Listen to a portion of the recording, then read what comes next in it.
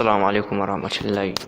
A yau zan kawo muku yacce za ka yi ka ɓoye bayanai a cikin WhatsApp ɗinka manhaja ta WhatsApp, wato ka adana shi ko don neman shi nan gaba.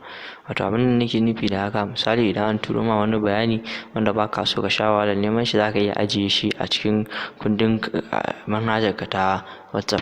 To idan za ka yi, dama already kana da WhatsApp a cikin wayanka, sai ka shiga cikin application na WhatsApp sai ka shiga. Kamar yacce kuke gani yanzu na shiga cikin application ɗinmu na WhatsApp, yanzu zai kawo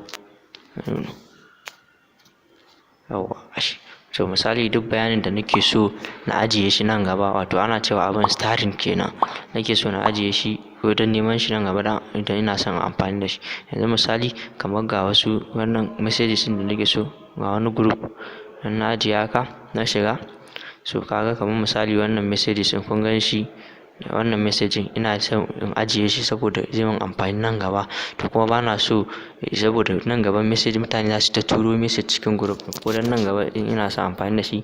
To idan ina son wannan abin sai in danne messaging haka kamar zan tura wani, in na danne ga wata alama nan ta star, alamar tauraro kenan, so sai in danna ta.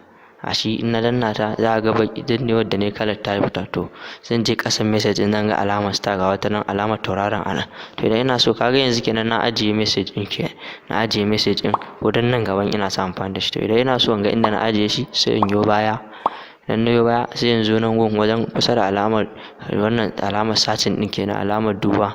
To akwai wasu ɗigo guda uku a tsaye, alamar ɗigo guda uku a tsaye, sai in danna alama kamar yacce kuke gani ga alamar nan, sai in danna.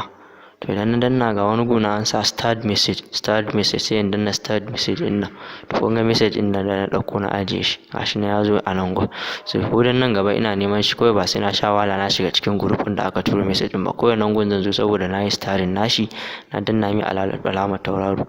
To yanzu idan kuma na gama amfani da shi, ina so in goge shi, sai in ƙara danne shi a nan ɗin dai, sai in cire gun alamar tauraron. To yanzu ga shi nan har da wani ɗan layi a ciki, sai in danna ɗan layin sai ga ya fita.